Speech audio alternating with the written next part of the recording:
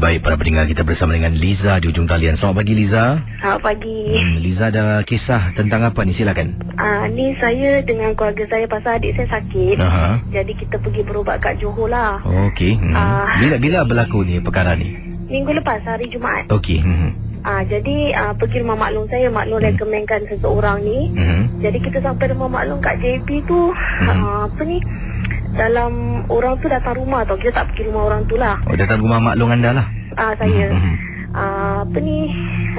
dia datang, dia duduk, dia macam obat ke adik saya. Habis nak kena mandi air bunga lah. Ni cara dia semua lah. Jadi adik saya mandi dekat dalam toilet rumah maklum saya. Habis lepas tu rumah maklum saya ni, rumah dia macam ada rumah ada lorong-lorong tau. Jadi macam dalam rumah tu ada seluk sana seluk sini. Jadi ada satu bilik tu sebelah toilet ni memang sentiasa tertutup.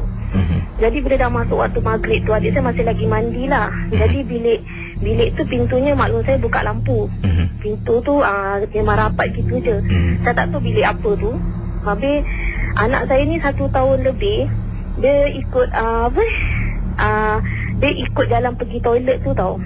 Bila adik saya dah selesai mandi, mak saya kata, okey lah, mak nak pergi toilet, mana buang air kecil. Jadi yang cucu ni ikut nenek, ikut. Jadi mak saya kata, tolong tengokkan budak ni, pembantu saya dekat dapur. Jadi saya dengar, saya kata, anak saya dah ikut pergi toilet, saya jalan lah. Jadi bila saya jalan nak pergi ke toilet tu, saya bertemu dengan bilik tu dulu tau. Bila saya nampak anak saya buka pintu tu, ada seseorang tolak dari dalam, macam kelibat warna hitam. Waktu tu maghrib. Habis saya terus cakap dengan pembantu saya, tarik Syayan. Saya suruh tarik anak saya. Pasal anak saya nak masuk, anak saya tolak. Dia suka main pintu, dia tolak, benda tu tutup dari dalam. Jadi yang pembantu saya pun tarik. Saya gini, saya rasa adik saya kat dalam. Pasal adik saya baru habis mandi, mungkin dia salin baju kat bilik tu.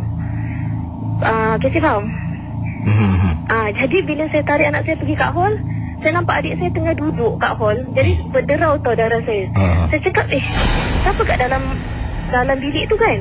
Jadi saya tanya maklum saya, maklum boleh cek bilik tu? Saya tanya pembantu saya dulu, kamu cek. Habis pembantu saya kata, ma'am nampak tak apa yang saya nampak tadi?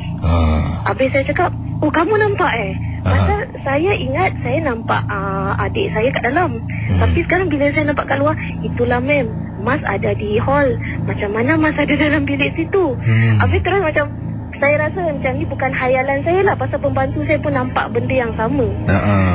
Jadi bila dah pergi orang, maklum saya kata, kamu cek. Saya takut lah ma'am, saya tak mau.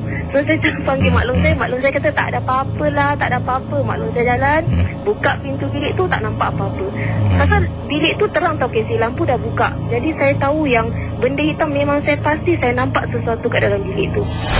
Jadi ni yang menjadi misteri. Saya tak tahu apa kat dalam bilik tu. Ni kampung, di salah sebuah kampung di Johor lah. Di Taman Antoi. Oh, kat situ Antoi. Terima kasih Sama-sama. Okey, kembali.